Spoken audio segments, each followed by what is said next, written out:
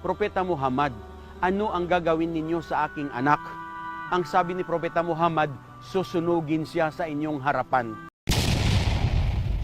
Nang marinig ng matanda na susunugin ang kanyang anak, humagulhol siya ng pagluha at ang sabi niya, Propeta Muhammad, ang bagay na ito ang hindi ko matitiis na gagawin ninyo sa pinakamamahal kong anak. في القلب مشاعر أخفيها قد أشرقت الشمس عليها عن خطى. Sabi ko kanina unang-una, ang turo kung sino ang dapat sambahin. At pangalawa, kung papaano sasambahin ang tunay at ang nag-iisang Panginoong Diyos. So, ang isa pa rito, ang tungkol sa aral ng Islam, tungkol sa pagmamahal sa magulang. Dahil sa Islam pala, kahit na magdasal ka ng 5 beses dahil ang mga Muslim inuobliga na magdasal ng 5 beses sa maghapon bilang pag-alaala, pagpapasalamat, pagpuri at pagtanaw ng utang na loob sa Panginoong Diyos. So, ang isang nakaakit pa sa akin ay ang tungkol sa pagmamahal sa magulang.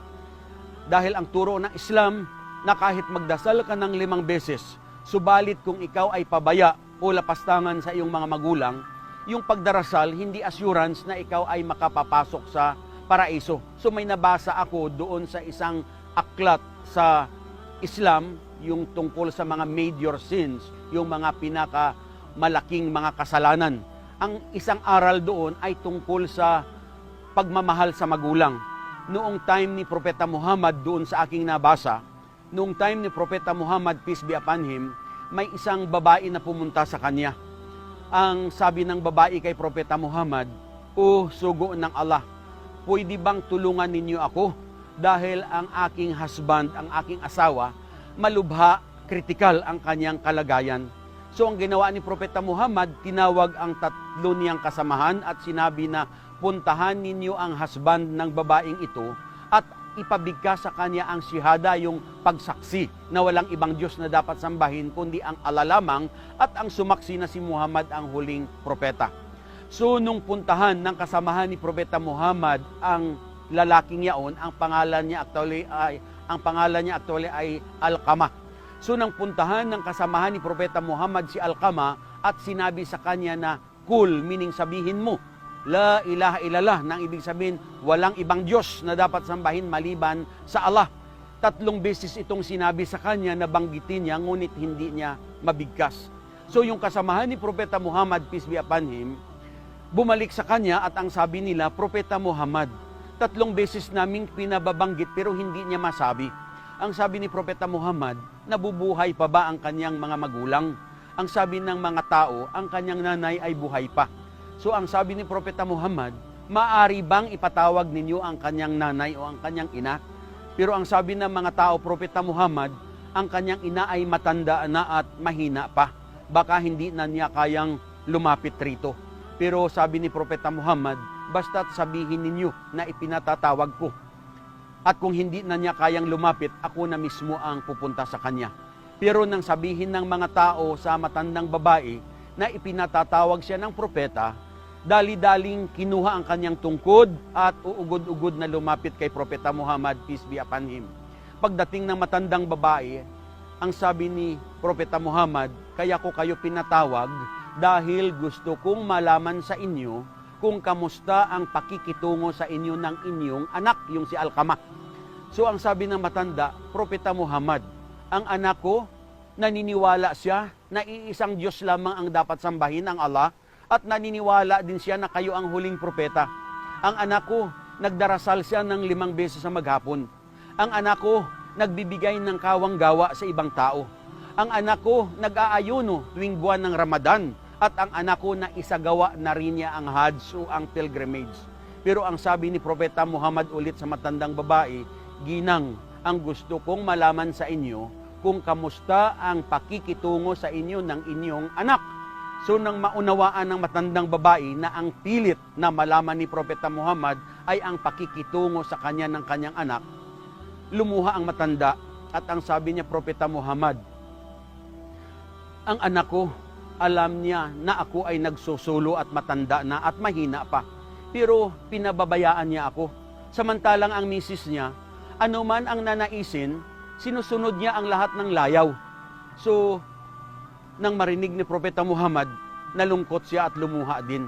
Kaya ang sabi niya doon sa kasamahan niya, kumuha kayo ng maraming tuyo na kahoy, dalhin niyo dito sa harapan ng matanda, at yung kanyang anak na nag-aagaw buhay, kunin niyo at dalhin niyo rin sa kanyang harapan. So sabi ng matandang babae, Propeta Muhammad, ano ang gagawin ninyo sa aking anak? Ang sabi ni Propeta Muhammad, susunugin siya sa inyong harapan.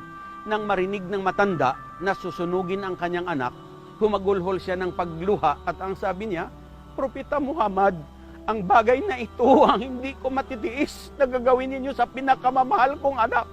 Pero ang sabi ni Propeta Muhammad, ginang, higit mong katakutan ang darating na araw ng paghuhukom. Dahil sa araw ng paghuhukom, habang buhay na susunugin ang anak mo sa ginagawa niya sa iyo. Pero kung mapapatawad mo siya, inshallah, God willing, baka patatawarin din siya ng Allah. So ang sabi ng matandang babae, Propeta Muhammad, mula sa oras na ito, saksi ang Allah. Saksi kayo bilang propeta. Saksi ang mga anghel. At saksi ang lahat ng tao na anuman ang pagkukulang sa akin ng aking anak, pinatatawad ko siya. Allahu Akbar. So sabi ni Propeta Muhammad ulit sa kasama niya, puntahan ninyo ang anak ng matanda at ipabigkas sa kanya ang syahada o yung pagsaksi na walang ibang Diyos na dapat sambahin maliban sa Allah. So nung puntahan nila at sabihin na, Kul, la ilaha illallah, sabihin mo na walang ibang Diyos na dapat sambahin maliban sa Allah, mga mahal na nanonood, napakadali niyang sinabi, la ilaha illallah, Muhammad Rasulullah, meaning sumasaksi ako na walang ibang Diyos na dapat sambahin maliban sa Allah at sumasaksi ako na si Muhammad ang huling alipin at propeta ng Allah. So ayon doon sa kwento, ilang sandali lamang ang lumipas, si Alqama ay binawian ng buhay. So sa Islam, mga mahal na nanonood, ang isang Muslim kapag siya ay binawian ng buhay, ang gagawin sa kanya ay huhugasan siya, paliliguan, pupunasan, lalagyan ng pabango, babalutin siya ng puting-puti na tela at magdarasal ang mga Muslim na sana siya ay tanggapin ng Allah sa mataas na antas ng paraiso. So ginawa ito kay Alqama at walang iba na nag-lead sa pagdarasal sa Salatul Janasa bago siya ilibing, kundi ang Propeta Muhammad, peace be upon him. Pero kaya ako, pasensya kayo sa pagiging emosyonal ko, dahil nung ako'y maliit pa, taga Iloilo ako katulad ng nasabi ko, nagiging kapansin-pansin at hindi ko makakalimutan na noong araw, kahit nung ako ay hindi pa Muslim, nagawa ko mga mahal na manunood na 7 taon bago ako umuwi sa amin.